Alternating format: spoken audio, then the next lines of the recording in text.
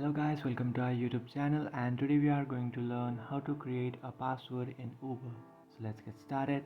So if you want to create a Uber account password, what you can do is just open up your Uber application.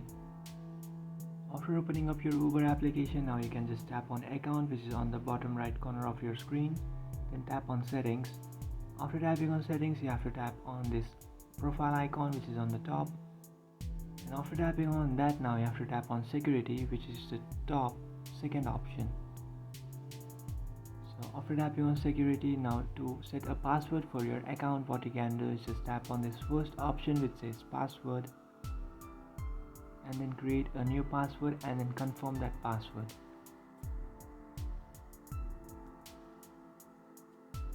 So after doing this, now what you can do is just tap on next. And after tapping on next, you can see I've successfully added a password in your account. So that's it guys, this is how to add a password in your Uber account. If you find this video helpful, don't forget to like and subscribe to our channel. If you have any doubts, feel free to comment below. Thanks for watching.